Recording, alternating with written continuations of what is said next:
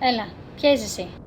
Εγώ είμαι η Σοφία. Σοφούλα, λοιπόν, θέλω να μου φτιάξει ένα καφέ σκέτο με 2 κουταλιά ζάχαρη και μισό-μισό. Χιλιά συγγνώμη, όταν λέμε μισό-μισό εννοούμε. Πώς να σου πω. Βάλω λίγο και από αυτό το σάντουιτς, βάλω μέσα αυτό το cheese tree. Έχουμε από το cheese tree, βάλω τα ό,τι έχει μέσα, βάλω το πέθανε το στο τυρί. Και που θέλω ακόμα μισό λεπτό stand by.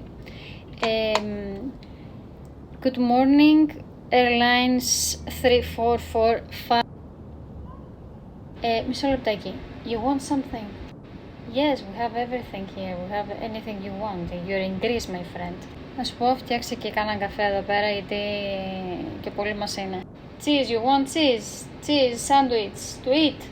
Άρα θέλετε ένα καφέ και ένα σάντουιτς με τυρί από το cheese tray και έναν καφέ για το συγκυβερνήτη, απλά πώς τον πίνω συγκυβερνήτη. Yes, no tzatziki.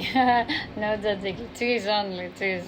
Να σου πω, φτιάξε εκεί κάνα άλλο σάντουιτς τώρα, γιατί είπαμε αφεντικά και δούλη. Και πού Σοφούλα λίγο γρήγορα, γιατί μπαίνουμε σε αναταράξεις και δεν θα έχουμε πολύ χρόνο.